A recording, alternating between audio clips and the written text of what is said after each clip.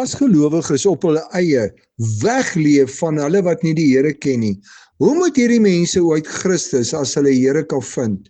Hoe moet mense wat nie die Here ken nie, die Here vind as gelowiges nie 'n lewe met hom wil deel nie?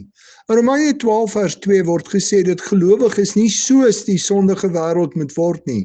Dit gee nogal vir sommige gelowiges die idee, ons moenie 'n lewe deel met ongelowiges nie. Maar in Matteus 11 vers 19 sê die Here Jesus dat die mense hom 'n vraat en wynsuiper, 'n vriend van tollenaars en sondaars noem.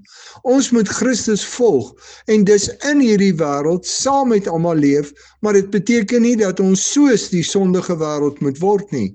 Ons is deur Christus vrygemaak en nou moet ons die nuwe lewe deur die krag van die Heilige Gees leef, soos Christus vir ons die voorbeeld gestel het. Romeine 12 vers 15 sê dat gelowiges bly moet wees saam met die wat bly is en moet huil en treur saam met die wat hartseer is. Dit beteken ons moet saam met mense in hul goeie oomblikke, maar ook in hulle moeilike oomblikke leef. Dink aan Jesus by die graf van Lazarus, maar ook aan hom tussen die tollenaars en sondaars. Die Here Jesus het saam met en tussen die sondaars geleef, maar hy het nooit soos hulle geword nie.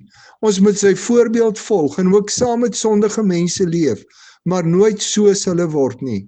Dis juis deur saam met mense te leef, dat hulle vir Christus in ons kan ontmoet.